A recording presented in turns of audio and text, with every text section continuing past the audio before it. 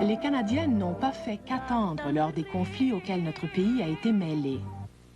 Tout au long de l'histoire du Canada, les femmes ont posé des gestes pour défendre leur foyer et leur pays, et ce tant chez les Amérindiens que chez les Européens en Nouvelle-France, comme Madeleine de Verchères. L'aspect le plus connu du travail des femmes en temps de guerre est celui qui a trait aux soins des malades et des blessés. Les infirmières canadiennes font partie des forces médicales militaires depuis la guerre des Boers en 1899. Durant la Première Guerre mondiale, le corps médical de l'armée canadienne comptait plus de 3000 infirmières. Pendant la durée de la guerre, elles avaient le rang d'officier. Il est intéressant de noter que ces infirmières furent les premières Canadiennes autorisées à voter à l'occasion d'une élection fédérale. Elles furent admises au suffrage en vertu de la loi de septembre 1917 sur les électeurs militaires. Durant les deux guerres mondiales, l'industrie grandissante que constituait la fabrication d'armes a fait appel de plus en plus aux femmes. En 1917, on estime que 35 000 femmes travaillaient dans les usines de munitions de l'Ontario et du Québec. Elles faisaient des journées de 10 à 16 heures et gagnaient de 20 à 45 cents l'heure, soit 83% du salaire versé à leurs homologues masculins. Durant la Deuxième Guerre, 261 000 femmes travaillaient à la production de guerre. Elles constituaient 30% des employés de l'industrie aéronautique, près de 50% des effectifs dans de nombreuses usines de fabrication de canons, et elles étaient en nette majorité dans le domaine de l'inspection des munitions. C'est à l'été 1941 que furent créés les deux premiers corps d'actives féminins pour servir comme auxiliaires dans l'aviation et l'armée. La marine suivit en 1942. Les femmes furent recrutées à l'aide de brochures et d'affiches, parfois bilingues, et de films, toujours en anglais.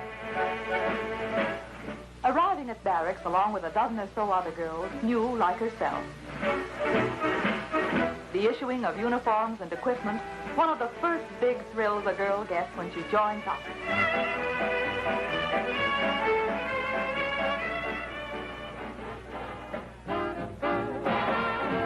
La gamme de leurs activités et de leurs responsabilités s'étendit peu à peu, de sorte qu'en 1945, on voyait des femmes opératrices radio et dans les salles de commandement des opérations d'artillerie. Si on se replace à ce moment-là, c'était pas mal près de nous. On avait nos frères, nos pères, nos parents, qui étaient déjà. Alors pourquoi pas les femmes aussi être aussi patriotes que les hommes? Marthe Brocard, vous avez effectué une très longue traversée pour vous rendre de Halifax à Londres. Oui. J'aimerais que vous nous parliez de cette traversée, de certains détails qui l'entouraient. C'était un convoi, puis ça nous a pris 15 jours pour traverser, parce qu'on ne pouvait pas aller en ligne droite, il fallait toujours faire des détours. On a été chanceuse, parce qu'il y en avait plusieurs qui se faisaient couler des bateaux. Quel accueil était réservé aux femmes dans l'armée? L'accueil était très bon.